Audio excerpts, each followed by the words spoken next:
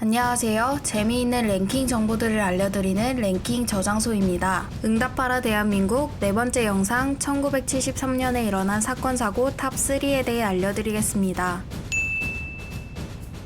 3위는 1973년 8월 18일 서울에 있는 광진교에서 운행 중이던 버스가 다리 난간을 뚫고 추락하여 45명의 사상자를 낸 광진교 버스 추락 사고입니다. 사고 버스는 당시 봉천동에서 천호동을 영업구간으로 두고 있는 567번 버스의 사고이며 사고의 원인은 정비불량과 운전기사의 과속과 난폭운전, 교통안전시설의 열악한 현실 등이 사고 원인으로 제시되었으며 사고 당시 밤이었고 청계 2가에 근접했을 때 전조등 고장으로 인해 불이 꺼졌으며 이 상태에서 가로등 또는 주변 차량의 불빛에 의존하여 운전할 수밖에 없던 상황이었고 천천히 가도 사고가 날지 모르는 상황에서도 운전기사는 시내에서도 평균 60-70km를 달렸고 광진교에서도 시속 50km를 달린 채 천호동 방향으로 달리다가 다리 위에 설치된 구조물에 앞바퀴를 부딪혀 핸들을 놓쳐 난간을 부수고 13m 아래로 추락하게 됩니다. 이 사건으로 인해 승객 중 17명이 사망하고 운전자를 비롯한 승객 28명이 중경상을 입었습니다.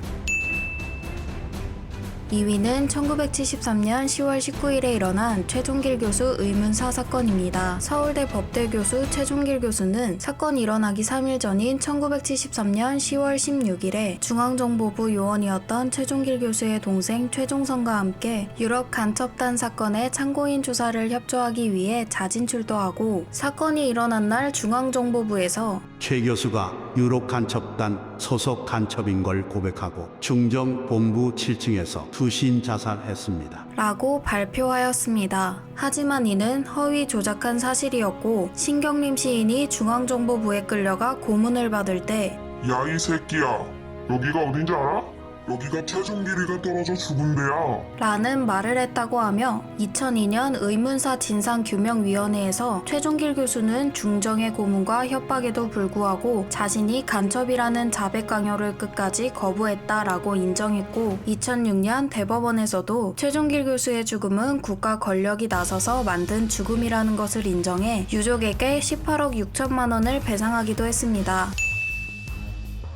1위는 1973년 8월 8일 일본 도쿄에 있는 그랜드 팰리스 호텔에서 당시 야당 지도자였던 김대중이 중앙정보부의 주도하에 괴한들에게 납치된 사건입니다. 1972년에 김대중은 교통사고 후유증 치료를 위해 일본에 체류하고 있었고 유신체제가 선포되자 국내에 들어오는 것을 포기하고 1973년 7월 재미교포 반체제 단체인 한국민주회복통일촉진국민회의를 결성하는 등 해외에서 반유신 활동을 전개했습니다. 도쿄에서 한민통 결성을 며칠 앞둔 1973년 8월 8일에 민주통일당 총재였던 양일동 총재를 만나러 그랜드 팰리스 호텔에 가서 점심 식사를 하고 담화를 나눈 뒤에 일본의 자유민주당 중의원이었던 기무로도 시오를 만나러 가던 중 괴한 5명에게 납치를 당하고 범행 현장에는 백두산 담배, 배낭, 휴지, 노끈, 마취대 등의 유류품이 남아있었다고 합니다. 이후 선박 용금호에 감금된 채 동해로 강제 압송되었다가 129시간 만에 8월 13일 서울의 자택 부근에서 풀려났다고 합니다. 또한 이 사건은 박정희 전 대통령이 지시했는지 당시 중앙정보부장이었던 이후락이 지시했는지는 알 수가 없다고 합니다. 지금까지 응답하라 대한민국 네 번째 영상 1973년에 일어난 사건 사고 탑3에 대해 알려드렸는데요. 재미있게 보셨다면 구독과 좋아요 버튼 한 번씩 눌러주시고 앞으로의 랭킹 저장소 영상이 궁금하시다면 알림 설정 부탁드립니다. 감사합니다.